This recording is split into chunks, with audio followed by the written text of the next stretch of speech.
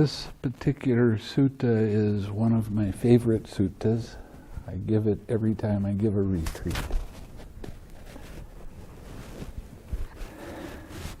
This is about Sariputta's experience in becoming an arahat, what he went through. Thus have I heard on one occasion the Blessed One was living at Sawati in Jeta's Grove, Anathan Pandika's park. There he addressed the monks thus, "Monks, venerable sir," they replied, the Blessed One said this: "Monks, Sariputta is wise." Now remember that I said anytime you hear the word wise or wisdom, it's talking about his understanding of how the links of dependent origination works. Sariputta has great wisdom. Sariputta has wide wisdom. Sariputta has joyous wisdom. Sariputta has quick wisdom. Sariputta has keen wisdom. Sariputta has penetrative wisdom. During half a month, monks, Sariputta gained insight into states one by one as they occurred. Now Sariputta's insight into states one by one as they occurred was this. Now Sariputta was the first chief disciple of the Buddha. And his understanding, a lot of the discourses that he gave are just absolutely brilliant. And he liked to talk about dependent origination. And some of the discourses that he gives are the best understanding of dependent origination in the suttas. Here, monks, quite secluded from sensual pleasures. How do you become secluded from sensual pleasures? I want an answer.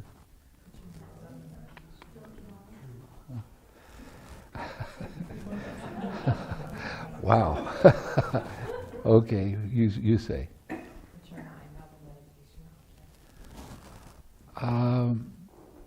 Not quite. Another? 6 hours. Not quite.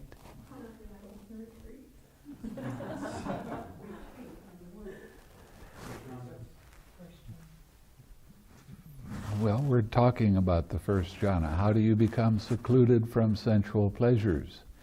You close your eyes. And the sensual pleasure of seeing, that means you're secluded from it, right? If you hear a sound, you don't pay attention or try to analyze what that sound is. You just let it be a sound, and then you 6R and come back to your object of meditation. And it's the same with smelling and tasting and feeling in the body and thoughts. Secluded from unwholesome states. How are you secluded from unwholesome states? That's an easy one. 6R. Sariputta entered upon and abided in the first jhana. Now jhana, again, I want you to understand this word very well, because it's so misunderstood with other people that are practicing meditation.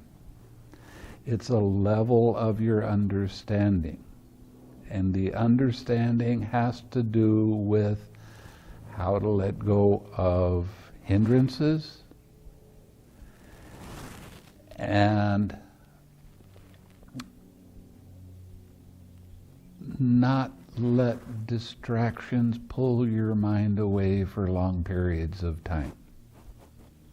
Okay? Which is accompanied by thinking and examining thought. with joy and happiness born of seclusion. And the states in the first jhana, the thinking, the examining thought, the joy, the happiness and unification of mind, the contact, feeling, perception, formations, and mind. Now this is the 5 aggregates. Okay, you have body, contact. The reason they say contact instead of body is because they can carry it all the way through with all of the rupa and arupa jhanas. And I'll explain that later. So you have body or contact, you have feeling and perception. Perception and feeling are concomitant. See, I said it without asking.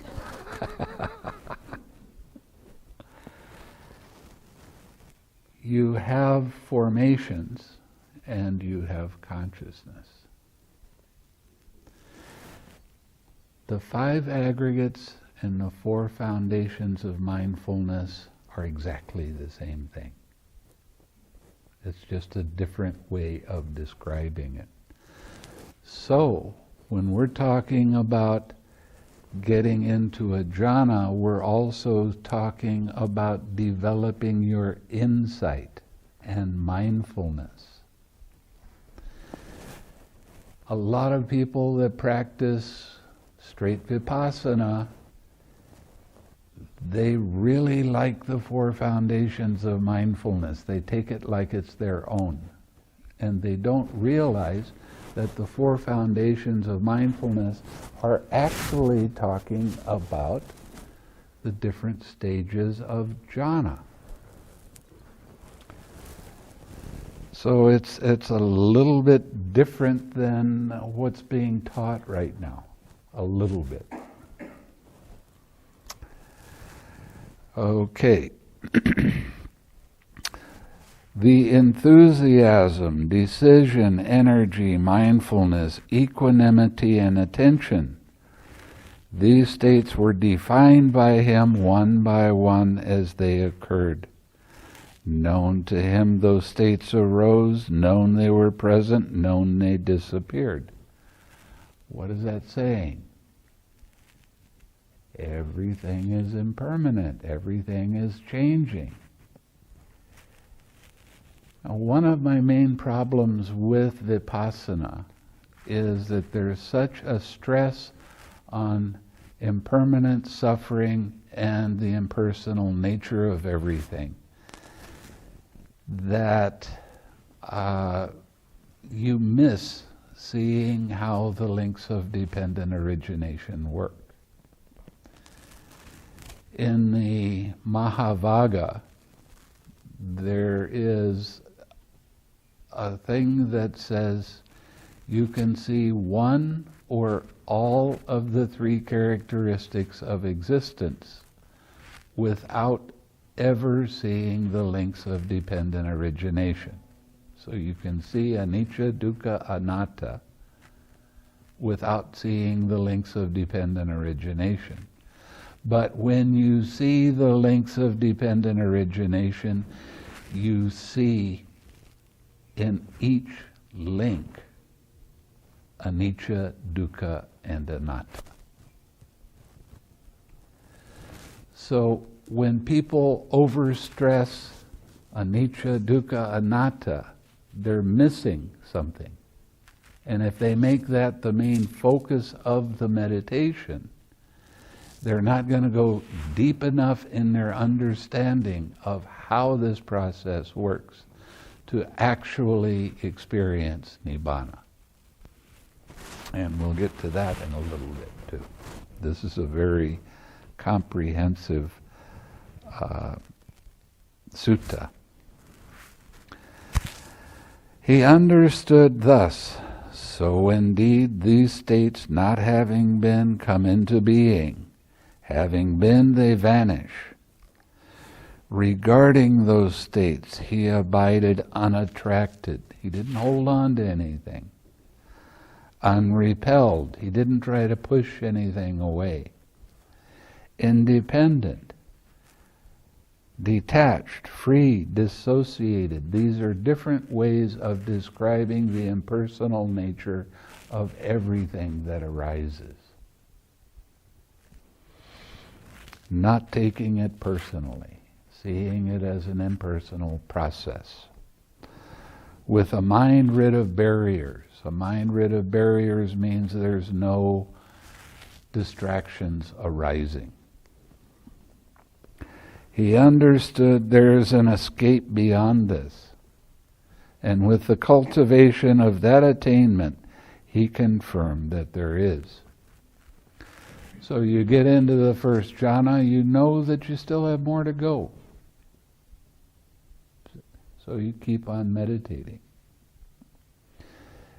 You're starting to understand a little bit about how the links work, but it's not very deep yet. You're just beginning to understand this. Again, monks, with the stilling of thinking and examining thought, Sariputta entered upon and abided in the second jhana, which has self-confidence and stillness of mind without thinking and examining thought, with joy and happiness born of collectedness. When you get into the second jhana, I will tell you not to verbalize your wish anymore. This is called the noble silence jhana. Because from here on out, you don't get involved in thinking so much and try to verbalize that. If you try to verbalize things when you go into the higher jhanas, it can cause headaches to arise. It sounds like somebody understands that very well.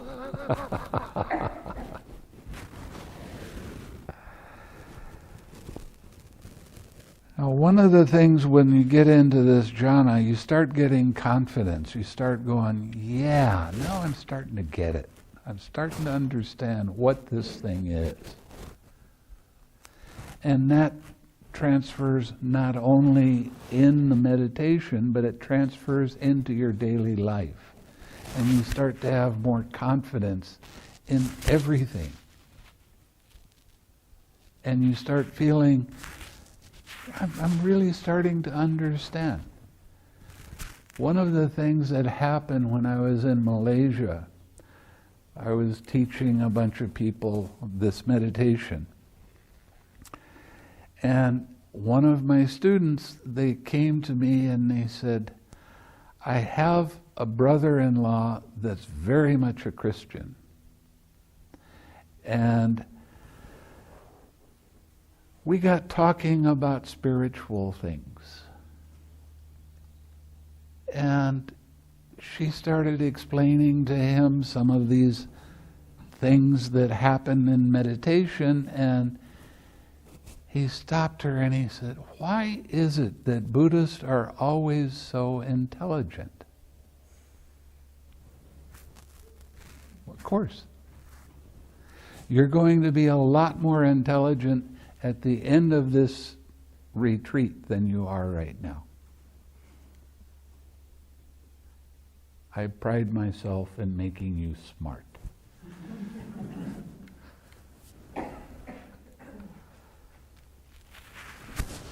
Now, the joy that you experience in the second jhana is going to be a little bit different than the first jhana. The first jhana, the joy that arises, it's a real nice feeling and it has some excitement in it. Hey, this is good stuff. This is why I'm sitting. But when you get into the second jhana, you really get to experience very clearly that your body feels very light, like you're almost floating. and your mind feels very light. And when that fades away, because it's only going to be there for a period of time, when that feeling of joy fades away, you will have very strong tranquility, very peaceful, and comfort in both your mind and your body. Now that's getting into the second jhana. And your mind will stay on your object of meditation for a longer period of time. So these are some of the things that you can expect to see happen, or for some, they've already happened, and that's a good thing. And the states in the second jhana, the self-confidence, the joy, the happiness, and unification of mind, the contact, feeling, perception, formations, and mind. There's the 4 foundations of mindfulness while you're in the jhana. See, the thing that you have to understand is that relaxed step in the 6 R's is the way that you purify your mind. How do you purify your mind? You let go of craving. And you bring that pure mind back to your object of meditation with a smile. Right? Smile? Huh?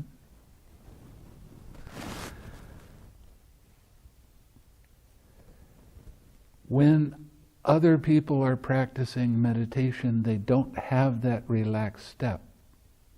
As a result, what they're doing is they're bringing the craving back to their object of meditation, and that takes them off of the Buddha Dhamma path.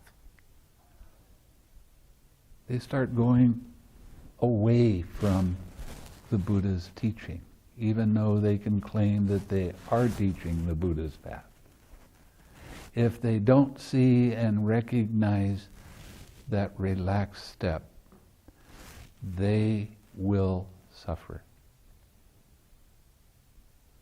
And what happens, because I've done both kinds of practice, is that because you don't have that relaxed step, the tightness starts happening in your head, and it will get very intense and major headaches.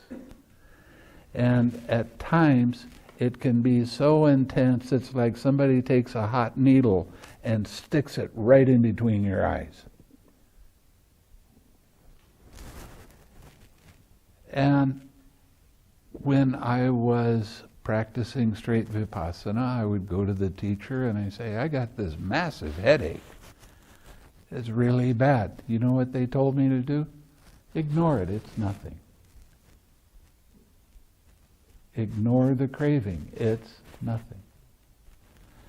Interesting things happen when I would go to different teachers and ask them to give me a definition and a way to recognize craving, and they couldn't do it. Oh, craving is desire. Cling to nothing. Well, okay, but how do you do it? How do you let go of it? See, this important step of relaxing is, along with seeing the Four Noble Truths, these 2 things are the most important part of the practice. Every time you use the 6 R's and your mind is clear, you are experiencing the third noble truth, the cessation of suffering, right there. Doesn't happen for very long because it is craving we've had around for so long, mind just naturally pulls it up over and over and over again. Craving is not hard to let go of. All you have to do is relax. but it's really persistent. And it comes back pretty quick. So you need to be able to recognize that tightness when it happens. And just relax one time. If it doesn't go away, never mind. Smile, come back to your object of meditation. Your mind will get pulled back and you get to do it again until it goes away. Sometimes you might have to relax or use the 6 R's 10 or 15 times before you can let go of an attachment. What is an attachment? It is the craving and taking it personally. Those are my thoughts. Those are my feelings. This is who I am. But when you keep letting go of it and relaxing into it, eventually that distraction fades away by itself, and then there's relief. And you go deeper into your jhana. Now, you'll be in a jhana for a period of time, and then your mindfulness gets weak for whatever reason, and all of a sudden you have a hindrance there. Okay, here comes your teacher.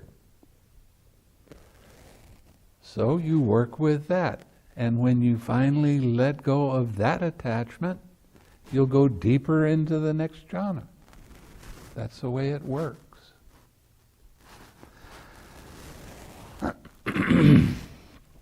So you have the 4 foundation in all of the jhanas up to neither perception nor non-perception. And why you don't have the 4 foundations of mindfulness in that is because mind is very, very subtle. But you still can 6R in that state. Okay, then you have enthusiasm. Once you get into the second jhana and you start going, yeah, I'm starting to get it. I'm starting to understand the importance of smiling and the importance of using the 6 R's. You start getting a little enthusiastic with it. Don't overuse the 6 R's. Only when your attention gets pulled away, then you use the 6 R's. When you get into the deeper states, your mind won't necessarily get pulled away, but you'll see some vibrations and then you can relax them. Okay, we have the enthusiasm. You start to, let's keep going with this. It seems to work. I really feel like I'm starting to progress. That's one of the problems with other kinds of meditation. You hit a wall and you don't go any deeper. I know people that have practiced meditation for 35 years, straight vipassana. They go to the retreat. What are you going to the retreat for? Oh, every year I go to the retreat, so I'm just going to keep doing it. But they don't go any deeper. With this practice, you will feel yourself going deeper. This is immediately effective. And it's so simple. All you have to do is use the 6 R's. That's simple. You will naturally start to go deeper as you do that. When I first started practicing straight vipassana, I spent about 5 years figuring out what it wasn't before I could figure out what it was. 5 years. When I was in Thailand, started talking to some monks about practicing jhana practice, and they said, oh, you can do that. It only takes 12 or 15 years to get into a jhana. 12 or 15 years. Most of you already are in a jhana. First day, second day.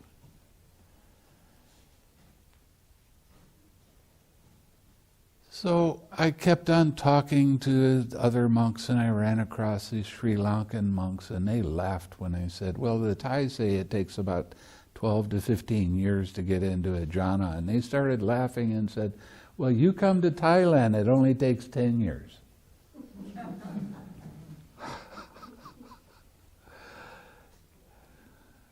No, you come to Sri Lanka and it only takes 10 years, I meant to say. So you see the difference between what I'm showing you and the way other meditation practices go. They're difficult, they're complicated, they're hard to understand. And to have an experience that backs up what you're practicing. But with this practice, you'll get to see the results very quickly. And it's kind of interesting that so many people are practicing different meditations that don't work very well. What would happen if the Buddha came to a village where it was nothing but farmers, and he gave them a practice that it's going to take 5 or 6 years to figure out? Do you think they're going to mess around with it? Do you think they're going to do it at all? But he affected 60 million people in his lifetime, because what he was showing them was immediately effective. So that's why this practice works so well, because we're following what the Buddha says. He's the real teacher. All I'm doing is reading his words. Okay. So you get enthusiastic, and then you have to make a decision. When you make a decision, you're going to stay with the distracting thought or not. You're going to take it on as yours and wrestle with it or not. You have to make a decision. The decision I want you to encourage you to make is use the 6 R's. But every time there's a distraction, you get to choose for yourself. You get to let go of it by yourself. The next thing it talks about is energy. How much energy do you use to have good results?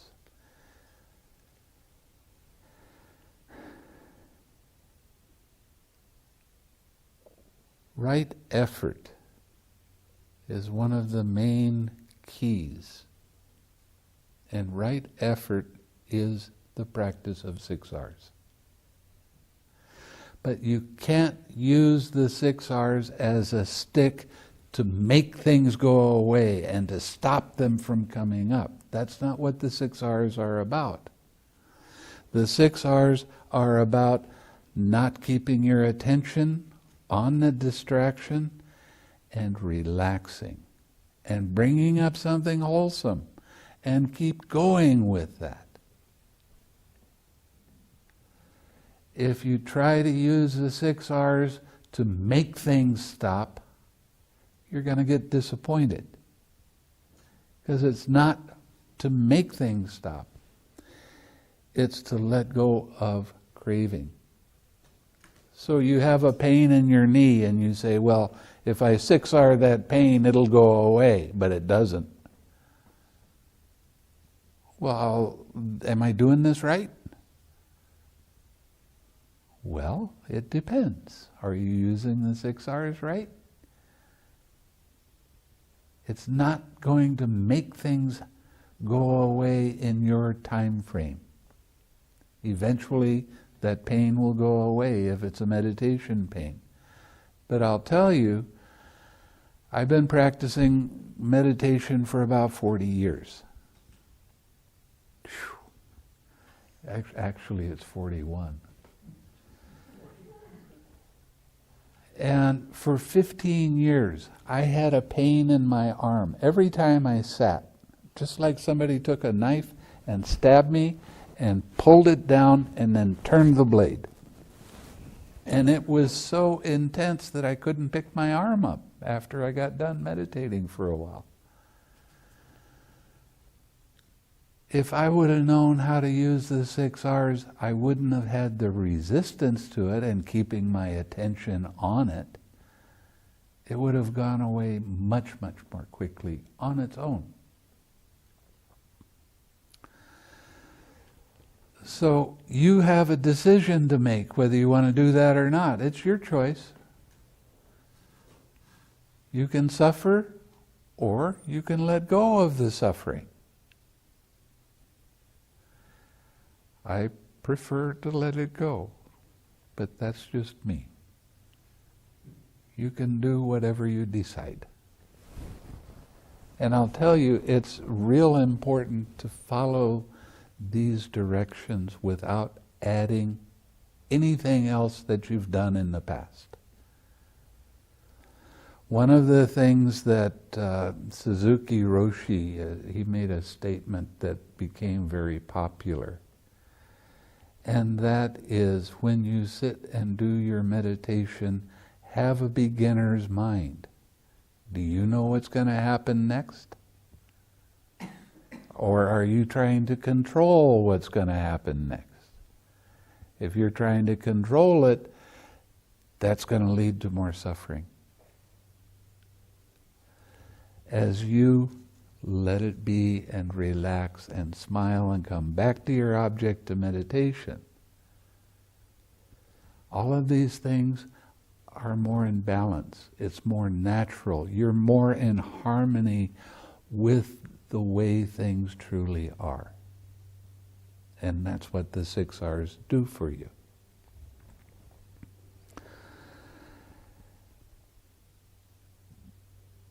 Sometimes you can have a great sitting, and then it's time to stop for whatever reason, get up and do some walking, and the next time you come to sit, what are your thoughts?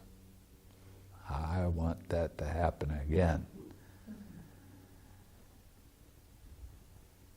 And you get restless, and then you think, well, maybe if I use a little bit more energy, that'll work better. So you try a little bit harder, you start pushing. And then you come to me after that sitting and you start complaining about my meditation is so lousy. And I said, are you trying to compare one sitting with another? Well, I did have a great sitting before this. Oh, are you trying too hard? Are you trying to make it be better? Just that one thought of I want causes a restlessness to arise. And then you start putting more energy in to try to make that restlessness go away, and you wind up suffering the whole sitting and then come complaining to me. And what do? I laugh. Why? I've done it before. I know what all this stuff is like. So instead of putting more energy to get a good sitting, you need to back off with your energy. You need to stop trying so hard. Stop for a moment, don't do anything. And then gently start coming back to your object of meditation without a lot of energy, without the thought of, I want it to be better.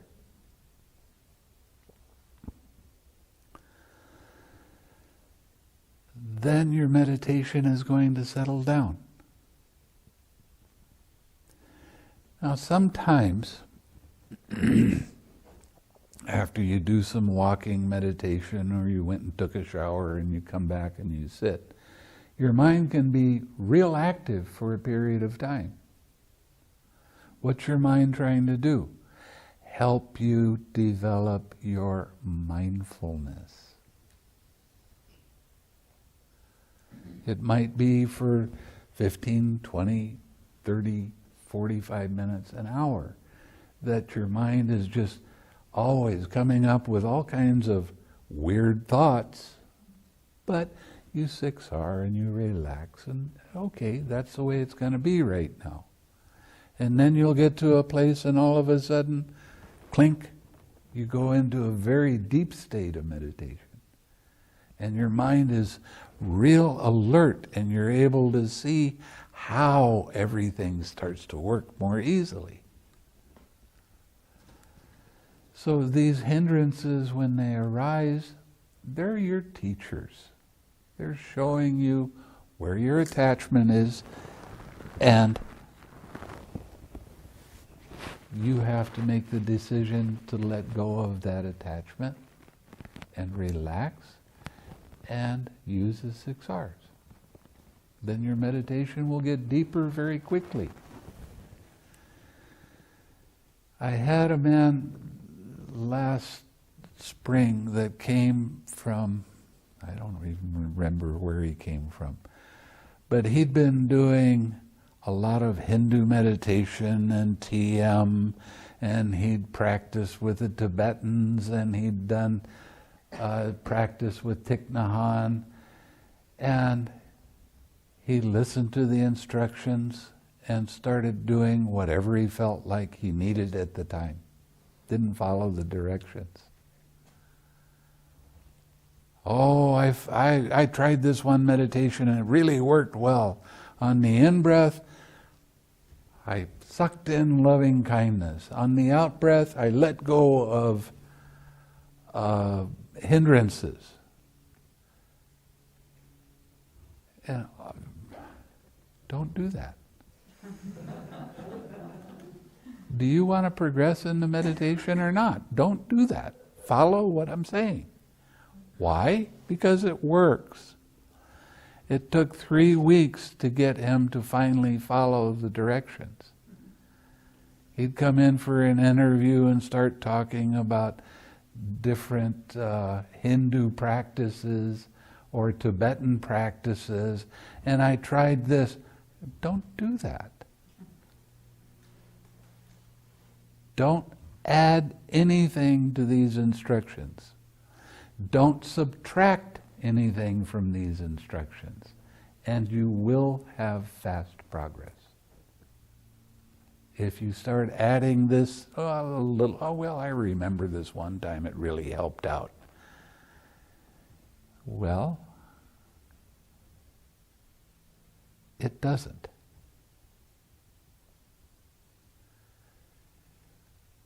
So it's real important for you to understand to just follow these simple directions. 6R when your mind is distracted. Smile and stay on your object of meditation. Okay? Okay, in every jhana you have some equanimity. Most people that teach about equanimity, they only talk about it being in the 4th jhana. But you have more and more balance in your mind in each jhana as you progress through them. These states were defined by him one by one as they occurred. One, known to him those states arose, known they were present, known they disappeared. He understood there's still more to do. And with the attainment, with the cultivation of that attainment, he confirmed that there is. So you get into the 2nd jhana, you know, okay, we're moving right along, everything is good, and there's still more. Again, monks, with the fading away of joy, Sariputta abided in equanimity, mindful and fully aware, still feeling happiness with the body. he entered upon and abided in the third jhana, on account of which noble ones announce, he has a pleasant abiding who has equanimity and is mindful. So when you get to the third jhana, you don't have any more joy. Joy is too coarse a feeling for your mind right now. But you have a very peaceful, calm mind that has nice balance in it. You're still going to hear things. You're still going to feel things. You feel the wind coming by. Whatever. It's still going to be there, but it's not going to make your mind shake. Your mind is going to say, okay, that sound was there. Somebody comes along with a motorcycle. You hear it, but it doesn't make your mind unstable or wobble. As you start to go deeper and get more peaceful and calm and more comfortable in your mind and in your body, as you lose tension in your mind, you start losing tension in your body, and you will stop feeling different places in your body. You'll stop feeling your hands or a leg or a shoulder. This is a good thing.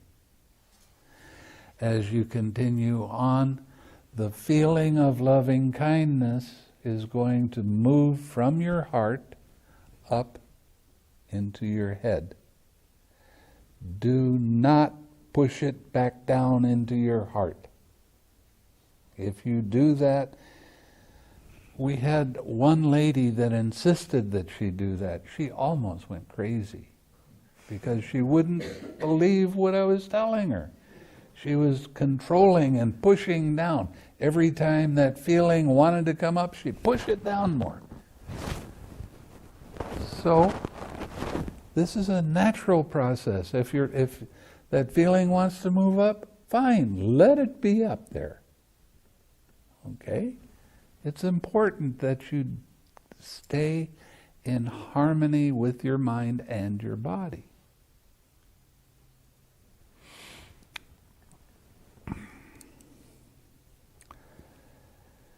And the states in the third jhana, the equanimity, the happiness, the mindfulness, the full awareness and unification of mind.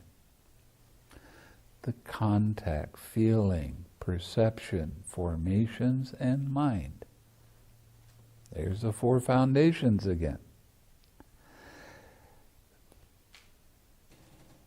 The enthusiasm, decision, energy, mindfulness, equanimity, and attention. These states were defined by him one by one as they occurred. Known to him those states arose, known they were present, known they disappeared. He understood that there's still more to do. And with the cultivation of that attainment, he confirmed that there is. So you get up into the third jhana, and then that feeling goes up into your head. That's nice. That's a good thing.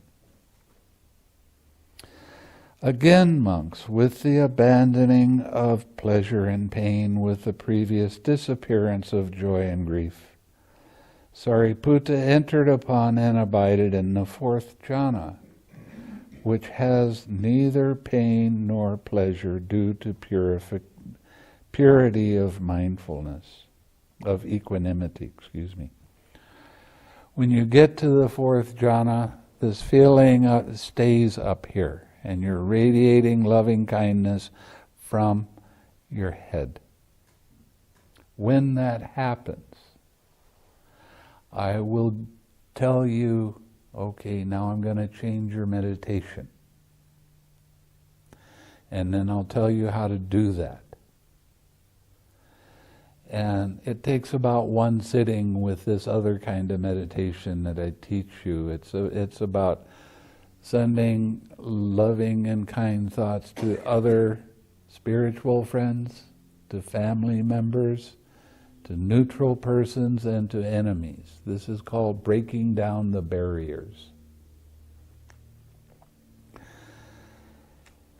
When you do that in one sitting, because it doesn't take very long, then I want you to come back and I will give you other instructions about radiating loving kindness in the 6 directions and what happens after that. When you get to the 4th jhana, you now become an advanced meditator. And your understanding of how things work starts to get real good. And you're able to sit for longer and longer periods of time before your mind gets distracted. 15, 20 minutes. As you go deeper, it starts to get a little bit longer.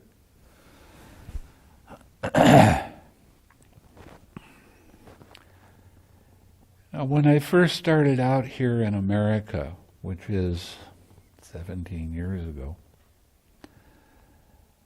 people would ask me about books to read and all of this sort of thing, and I said, I don't want you reading anything, not even the newspaper.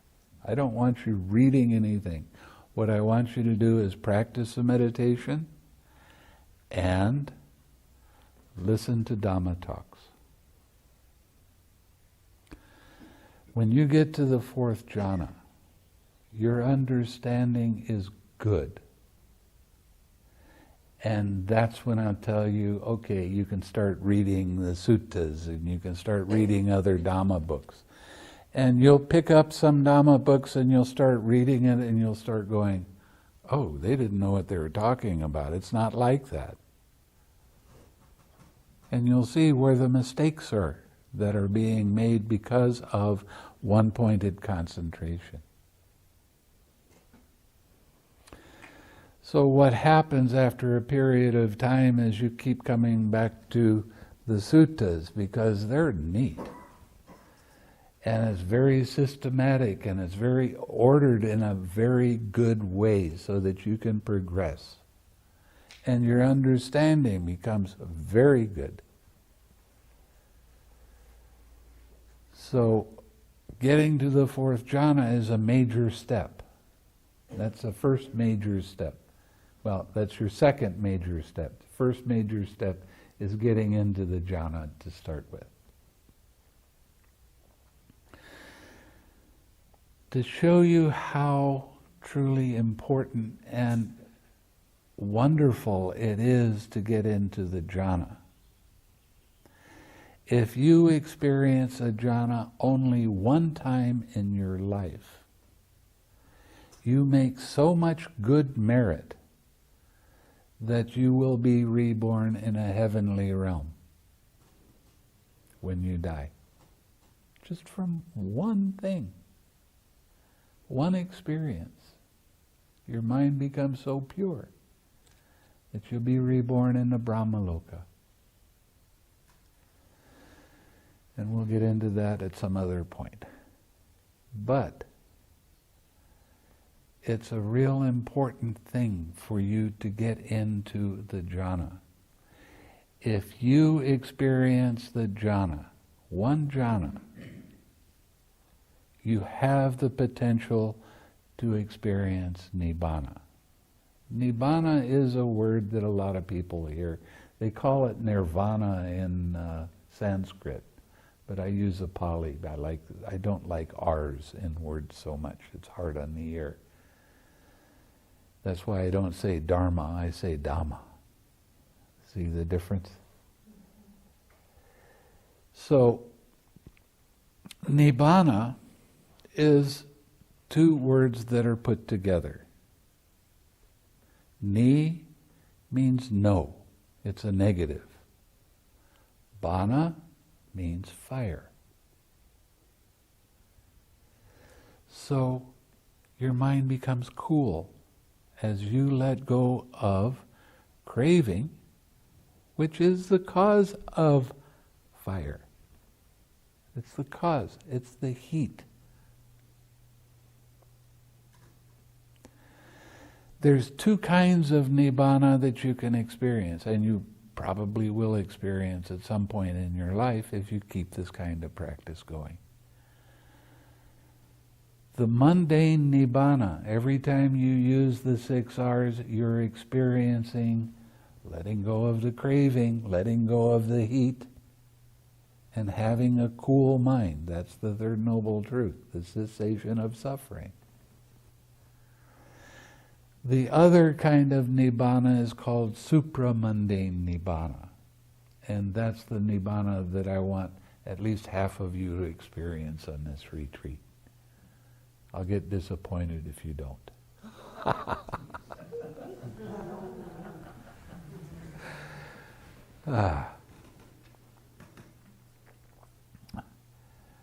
In Malaysia, or in Indonesia, people would experience nibbana. They become the first stage of nibbana, of sainthood. And they'd have this experience, and I question them pretty closely to make sure that that was their experience. And then I tell them, you now have attained nibbana. And you know what they say? Is that all?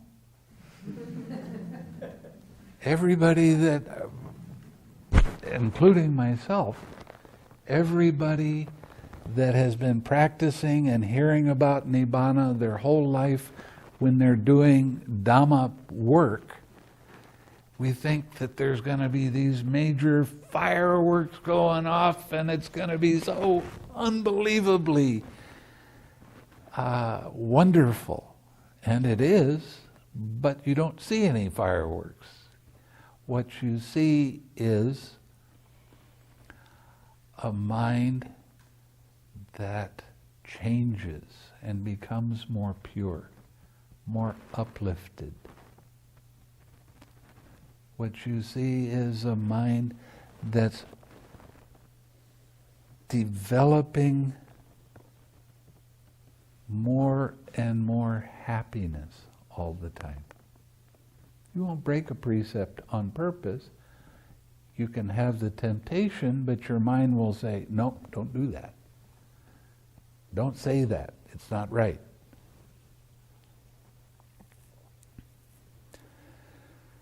In the Samyutta Nikaya, I was thumbing through one of the little suttas, and it started talking about nibbana, and it said, anybody that has the experience of nibbana has let go of an ocean of suffering.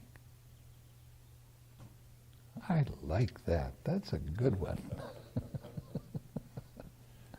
A whole ocean of suffering you don't have to go through anymore. What relief is that? Now, when you get to the 4th jhana, what I'm going to do is teach you how to get into the immaterial realms and experience nibbana that way. But there are different ways that you can experience nibbana. And it depends on you personally, what your personality is like. My teacher, Usila Nanda, was exceptionally bright. He was one of the smartest men I ever knew. And he was not very sensitive to feeling. So when he would teach loving kindness meditation, it was a mental practice. It wasn't a feeling practice because he didn't feel it. He didn't feel the opening of his heart. And he was very much like Sariputta.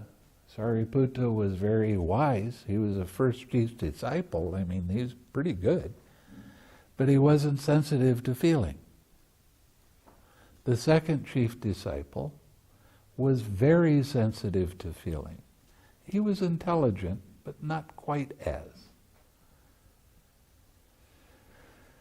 There are people that are super emotional, and they start to pick up other people's thoughts, and they think that they're their thoughts, and they start getting really confused, And they really, they don't understand how this process works. Well, they start developing psychic abilities. They can start reading other people's minds, which is boring, by the way.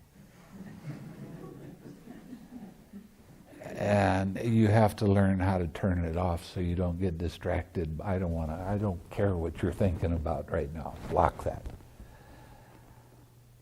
But they can develop other kind of psychic abilities. They can start to float in the air, fly. Not like the TM flying. I'm talking about crossing your legs and going from here to San Francisco or wherever. I had one student that she was so sensitive to feeling, it was remarkable, and she could dive into the earth and come up wherever she wanted. She could walk on water. It has to do with the different elements and how they felt the elements. You develop the divine eye, which means that you can see things for a long ways away.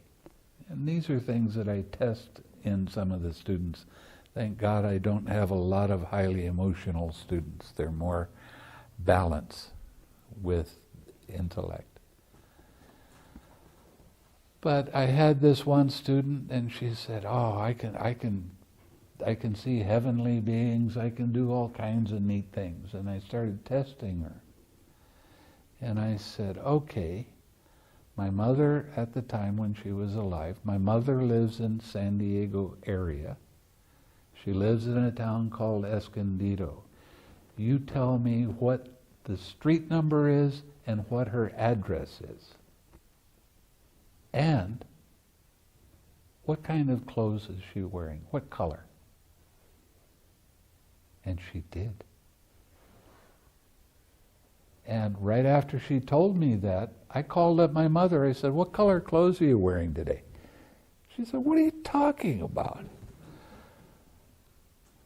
I have on some blue jeans and I have on a work shirt. It's tan." And I said, "Yeah, okay, that's right. Thanks, Mom. Bye."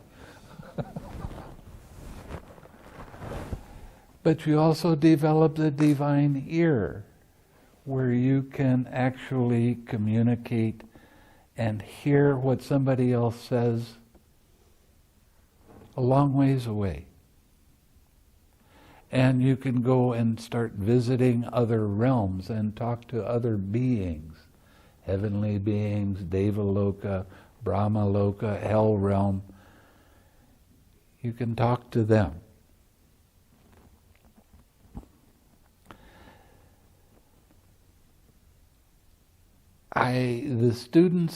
There was only 3 students that I spent the time with them so that they could develop some psychic ability. It's a lot of work for me, because people think they're pretty hot stuff when they can start doing some of this stuff, and I have to knock them down a little bit. And I had a man call me up at Damasuka in Missouri, and he said, "You teach meditation?" "Yeah." "Can you teach me how to read other people's minds? How to fly in the air?" "Yeah." "Okay." I said, "In order for you to do that, you have to come here and make a commitment to stay here for 10 years. "Oh, okay, bye." Everybody wants to have these kind of things happen really quickly, and they don't. It takes practice. It can happen naturally when you get into the deeper states of the meditation, into anagami or arahatship. But it depends on whether you're sensitive to feeling or not. There's developing these psychic abilities leads to seeing more and more clearly how the links of dependent origination work. The last way you can attain nibana through getting through the fourth jhana is by remembering past lifetimes, developing your divine ear and being able to go and talk to beings in other realms. And you start seeing how dependent origination works in all the different realms. And then you focus your mind on the dependent origination and you can attain nibana that way. But I prefer to teach nibana by going through the path of all of the different jhanas, because your understanding becomes so much better when you do this. And I want to make you smarter. So there's 3 ways of attaining nibana, depending on your personality type. The Buddha was very intelligent and very sensitive to feeling. And that's why he went through remembering past lifetimes and all these other things. But I'm going to teach you just one way, because it's too much work for me the other ways.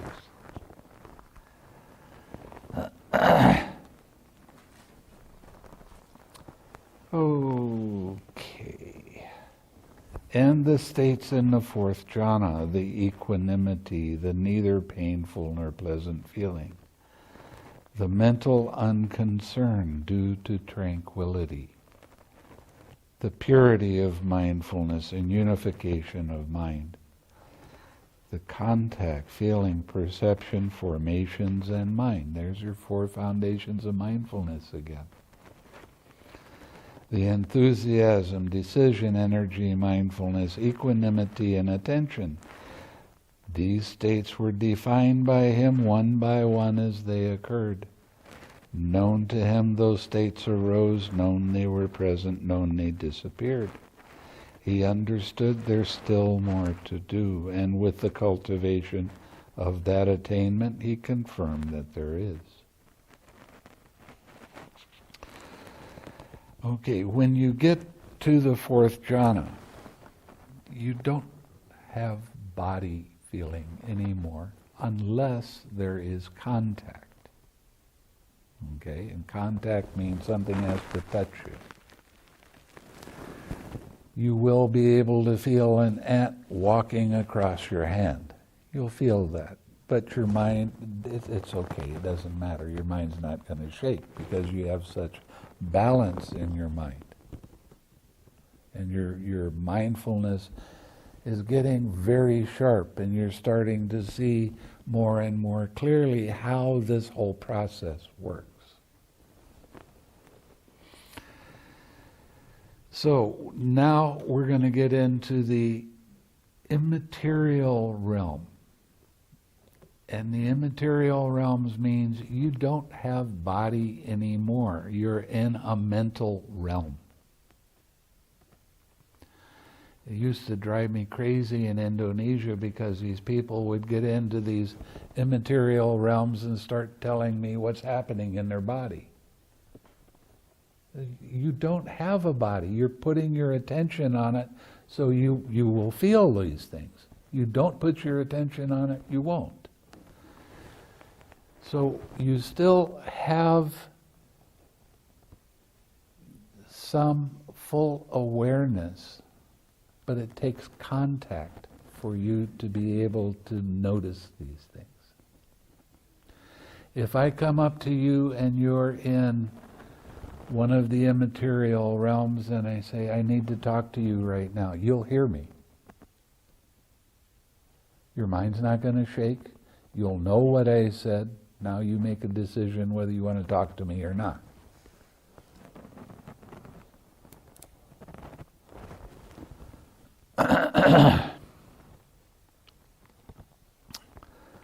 Again, monks, with the complete surmounting of gross perceptions of form. Gross perceptions of form are what you feel in the lower jhanas. The subtle perception of form is feeling the contact. And it's not real strong. It's not going to be distracting in any way.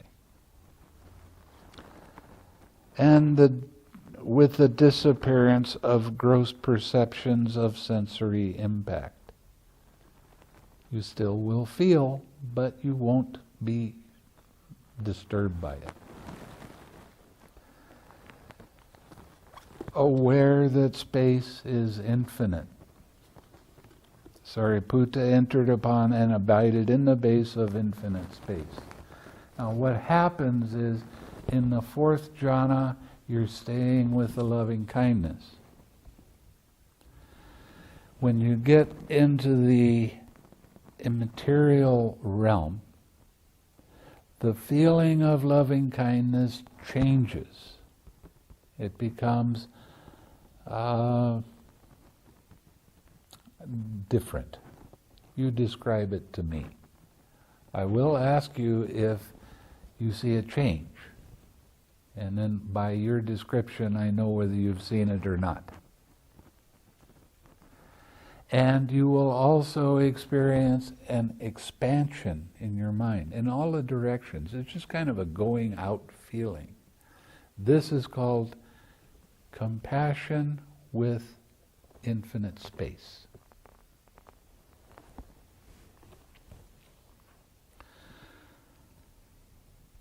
And the states in the base of compassion with infinite space, the perception of the base of compassion with infinite space, the unification of mind, the contact, feeling, perception, formations, and mind. There's your four foundations again. The enthusiasm, decision, energy, mindfulness, equanimity, and attention. These states were defined by him one by one as they occurred. Known to him those states arose, known they were present, known they disappeared. He understood there's still more to do, and with the cultivation of that attainment, he confirmed that there is. Again, monks, by completely surmounting the base of compassion with infinite space, aware that consciousness is infinite, Sariputta entered upon and abided in the base of infinite consciousness. Now what happens is the feeling of compassion is going to change to a feeling of joy. This is not the excited joy that you felt before. It's a happy feeling without the excitement in it. And at the sense doors, at the eyes, the ears, you're not so much the nose and the tongue, because you have to have contact in order to have that happen. It doesn't happen so much in here. But the body and mind. At one of these sense doors, you're going to start seeing blinking. Arise and pass away of the eye consciousness or the ear consciousness. So, that was about 100,000 arising and passing away of the ear consciousness. You're going to start to be able to see them individually, arising and passing away. That's how subtle mind becomes. And that's how good your mindfulness becomes. So what you're seeing is the birth and death, birth, death, birth, death, very, very quickly. Why don't Buddhists believe in reincarnation? Because they believe that there's a permanent soul that takes you from one lifetime to the next. But when you get to this state, you start seeing birth and death happening so much that it's something that's continually happening as long as you have a body. But it's an impersonal process. You don't have any control over it. It happens when the conditions are right for it to be. You start seeing with the birth and death of, say, I consciousness, you're seeing impermanence, up close and personal. And you see how everything is impersonal. You don't have any control over it. And it gets tiresome seeing this continually arising and passing away. So now you're seeing, in a much deeper way, anicca, dukkha, anatta, impermanence, suffering, and the impersonal nature of everything. When you see that, you see very clearly that there's no control over this, that everything in the universe is continually moving, arising and passing away. Everything on this earth is continually changing. And you realize that. So why do you want to hold on to anything? You can't. Sit still. Can you? You got molecules moving around in your body. You got the earth moving around in a circle. You got the earth going around the sun. You got all this different movement in the entire universe. You can't sit still. It's an impossibility. And I don't want you to move.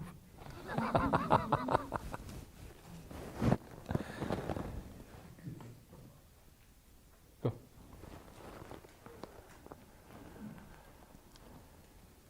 So, you're having insights into the way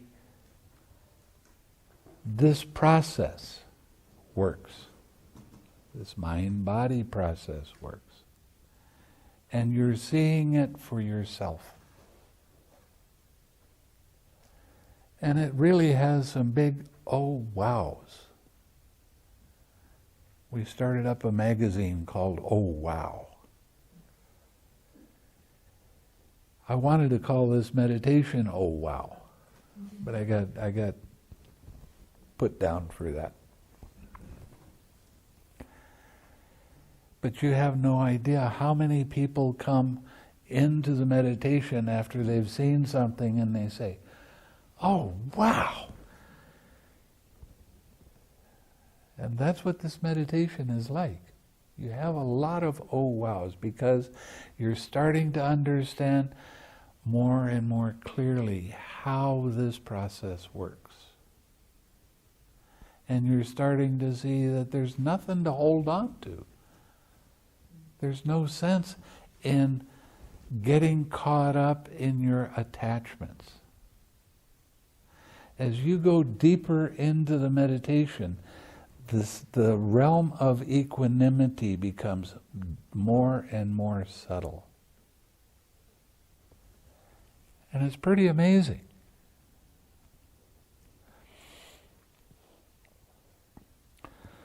So as you continue sitting, and now you're taking joy as your object of meditation, and you go deeper, all of a sudden you're going to get to a place where there's nothing. And you're going to have a feeling of very strong equanimity in your mind. Really nice. You don't have so much excitement anymore in your mind.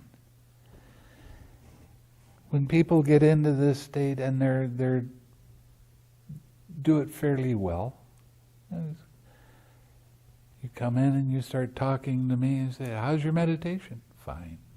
Everything's fine. You having any problems with your meditation? No. Everything's fine. Just balance. Now, this realm of nothingness, and that's what it's called, is where mind is not looking outside of itself anymore.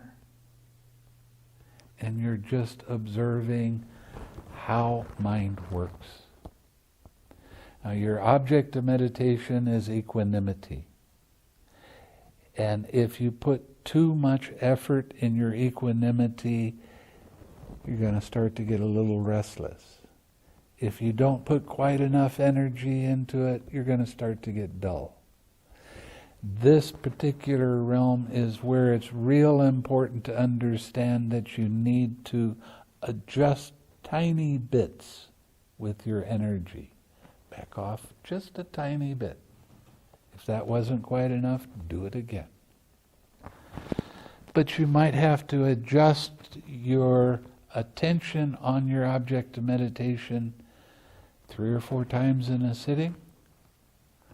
Now is when you can start sitting longer, 1.5 hours, 2 hours, even longer.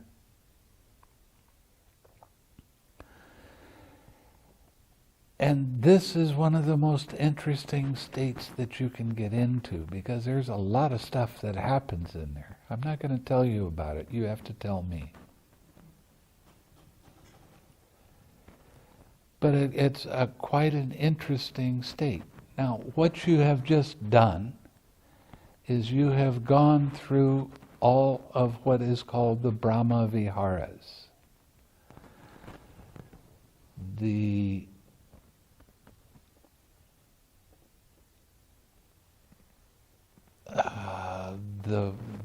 realms of purification. The Brahma Viharas, metta, that's what you're starting out with. Then compassion, that happens naturally by itself. Then joy, and that happens naturally by itself. And then equanimity. Now, you're still going to experience all of the 4 foundations of mindfulness. This is about as far as you're going to go with the 4 foundations. You don't have body anymore. Now you're starting to get stronger and stronger balance. And this is really a nice state to be in. One of the things that I forgot to tell you is no matter what state you're in, what jhana you experience, you can carry that jhana with you when you're walking. You can stay in that jhana when you're walking, when your mindfulness is good.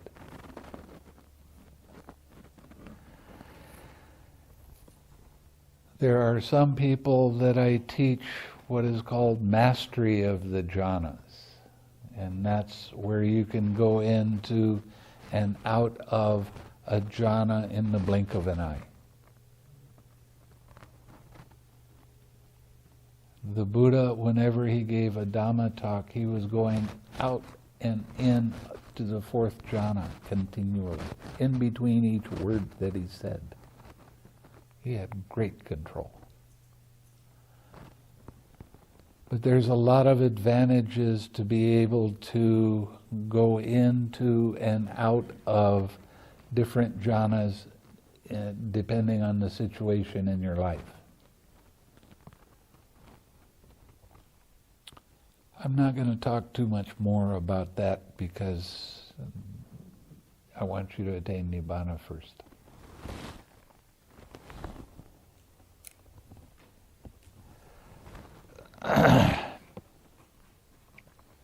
Okay, and the states in the base of nothingness. the perception of the base of nothingness. Now this is with equanimity. That's your object of meditation. And you're radiating the equanimity from your head.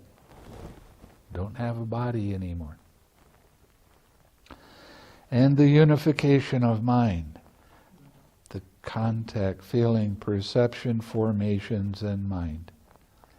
The enthusiasm, decision, energy, mindfulness, equanimity, and attention. These states were defined by him one by one as they occurred. Known to him, those states arose, known they were present, known they disappeared. Excuse me. He understood there's still more to do. And with the cultivation of that attainment, he confirmed that there is.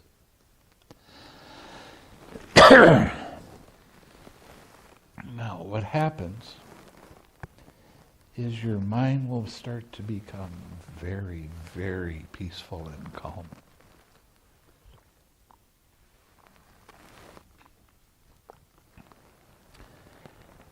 And you'll get into a state that's like being asleep and being aware at the same time. This is called neither perception nor non-perception. It's hard to tell whether mind is really there or not. It's very subtle.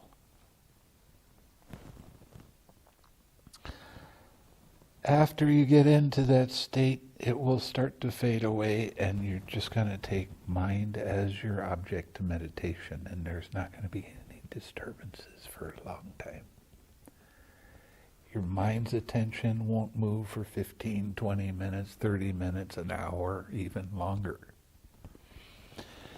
But you still will sometimes see a slight movement of mind's attention. When that happens,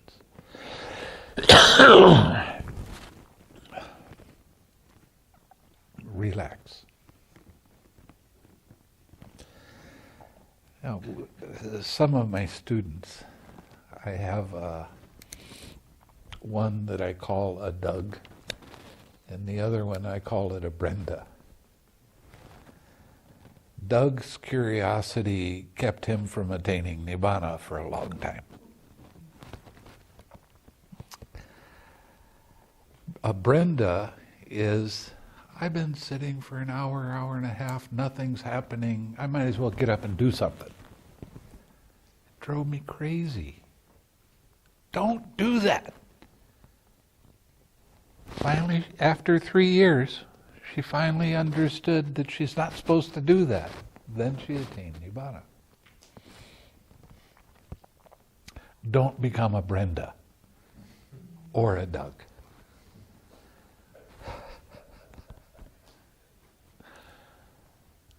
And they know that I tease them a lot, so it's okay.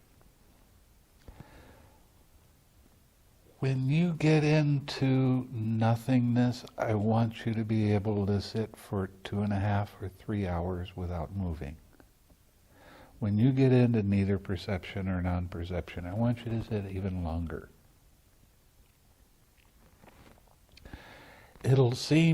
Sometimes it'll seem like it's 10, 15 minutes.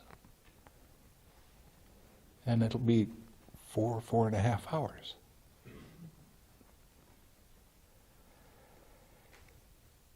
You still sometimes can hear like a motorcycle going by or some kind of loud noise, but it doesn't make your mind shake at all. You'll still be able to hear it a little bit. It's not going to be real loud.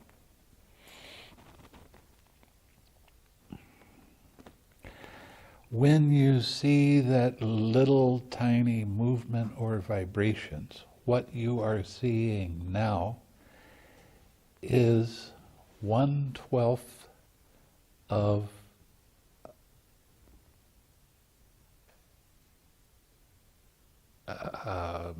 consciousness. You're starting to see the links of dependent origination. And you 6R. Or you relax. When the conditions are right, and you've done that enough, you will experience what is called the cessation of perception, feeling, and consciousness. You won't know you're in that state until you come out.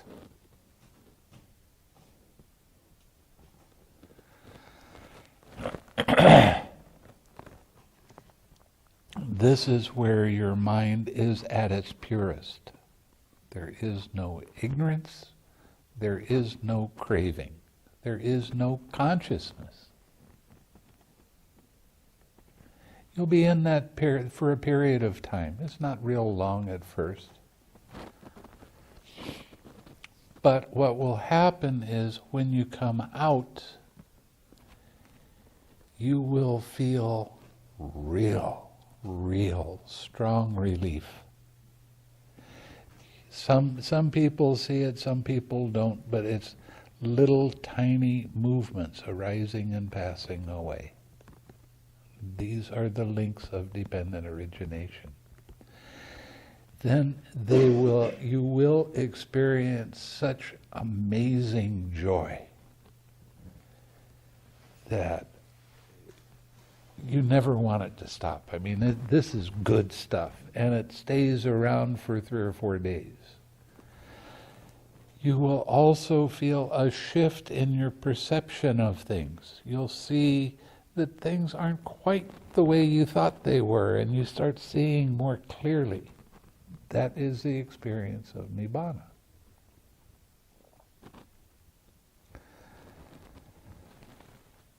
But you still have more work to do. So you come and you tell me about it, and I'm going, yeah, good, okay. And you convince me that you've had that experience, because there are some other questions that I ask that I don't tell other people about. And then I say, okay, now go sit.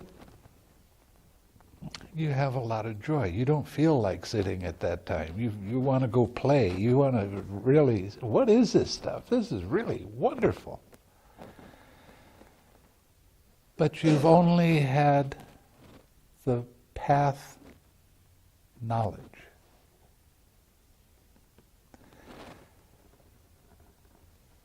In the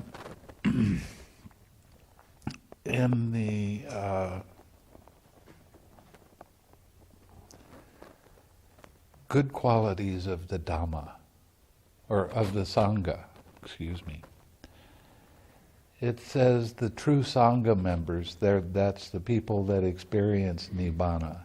There's 8 kinds of individuals. There's a person that becomes a Sotapanna, and a person that becomes a Sotapanna with fruition. Now, I tell you to go sit because I want you to have that fruition. If you just attain the first thing of the experience of Nibbana, it's not set very well. And you can break precepts and you can lose that experience.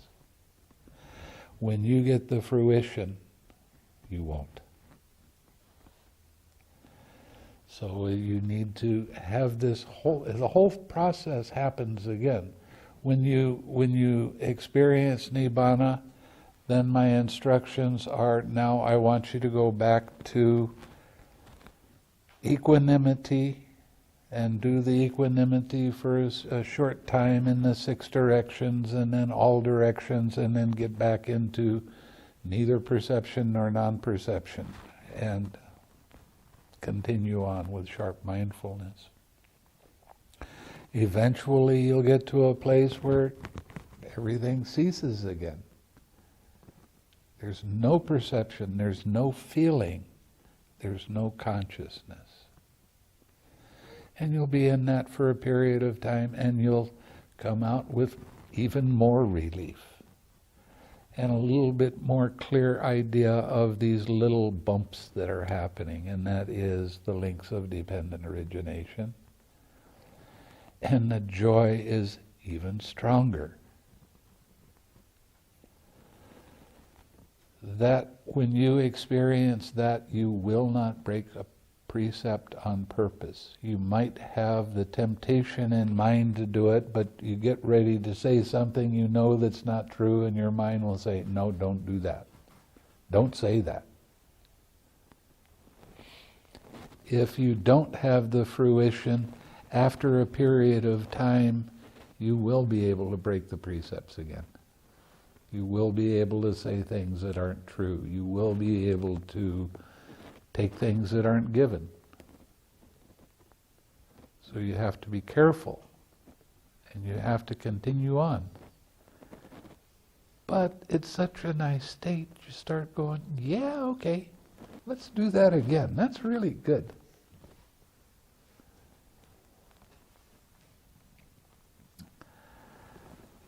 And I keep encouraging people to continue on, even beyond that, so then you can become a Sakadagami. It's a once-returner. When you become a Sotapanna with fruition, the most lifetimes you will have in your existence is 7 more lifetimes. Okay? When you become a Sakadagami, it's called a once-returner. You can come back as a human being one more time before you attain nibana and arahatship and get off the wheel. And then you keep going, and then you get the fruition in that. And then you keep going and you become an anagami. Now with Sakadagami, you weaken lust and hatred. Now, lust is not only sexual lust, but it's lust for anything. I want mind. And you weaken hatred, you weaken aversion. You don't get so caught up in emotional stuff anymore. Your mind starts to stay in balance more of the time. When you become an anagami, there is no more lust or hatred. Now think about that for a minute. That's a pretty nice state. Somebody can come up to you and slap you or hurt you in some way, and you have no hatred towards them for doing that. It won't even arise in your mind. The people that I've been teaching, I question them in depth at all of these different stages to make sure that they're experiencing what they say. And I asked this one lady that has been an anagami for a period of time, I said, what's in your mind? She said, well, there's loving kindness, really nice, strong mindfulness, and my mind is always collected. Now think about that. Your mind is always in balance. You don't have any kind of emotional upset ever again. You're happy all the time. Seems reasonable to me. So you get the fruition and it gets stuck that way. Really good. Set in cement. When you get to be an anagami, you have enough discipline and control that you can make a determination to get in the state of neither perception, or no perception, feeling, and consciousness for a period of time, up to 7 days. Now, one of my students, she co-teaches with me, and she's running around doing this and doing that, just like Jordan, only she does translations and all kinds.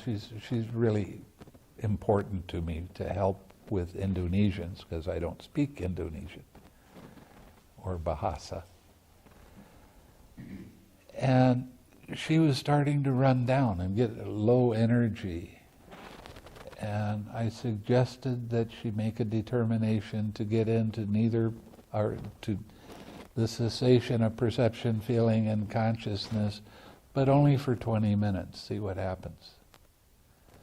So she had a lunch break, and there's a little short time that she had, so she did that, and she came out just glowing, and she had all of this energy, and she was ready to go.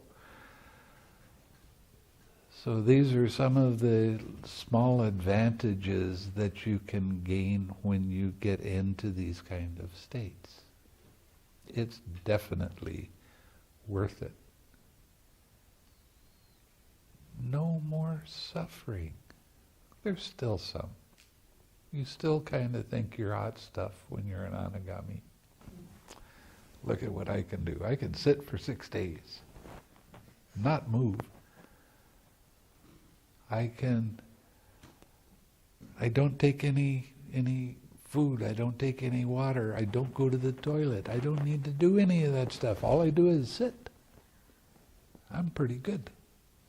So you still have some pride. You still have a little bit of craving and clinging. You still have a little bit of restlessness and sloth and torpor. Not big, but it's still there.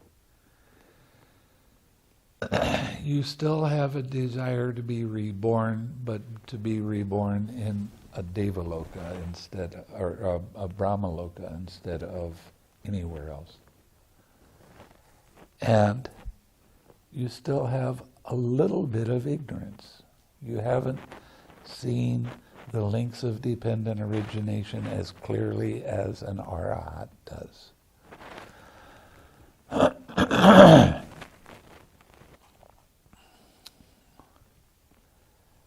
So I've told everybody that has advanced in the meditation, I said, when you become an arahat, you're my teacher then. I've been looking for years to find an arahat. I haven't found one yet. So this is the path that I'm showing you right now, how to go through each one of the jhanas. And you start to understand more and more how important hindrances are when they arise, because when you let go of the hindrance, you go to the next step. You go deeper. Now, can that happen in this retreat? Absolutely. The man that I told you that had an 11-hour sitting, the second day of his retreat of ever doing any meditation, became a Sotapanna with fruition. Not bad for one sitting.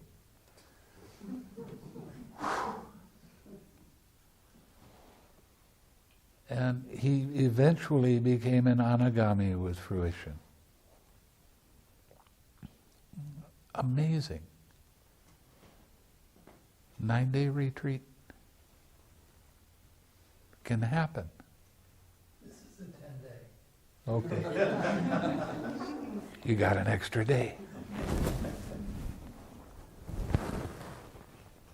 So, I want you to seriously be happy. And I want you to be successful. Please keep the instructions going. The 6 R's will take you to arahatship. And that's what it says in the suttas. It says right effort. You have to have right effort all the way until you become arahat with fruition. Boy, I'd love to see that.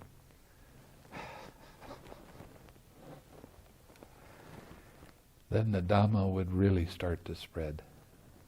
Because you have somebody that has a mind that never has any ignorance in it. He understands all of the noble truths intimately. He understands all of the links of dependent origination intimately. And he's an example of a true saint. He's not going to cause problems.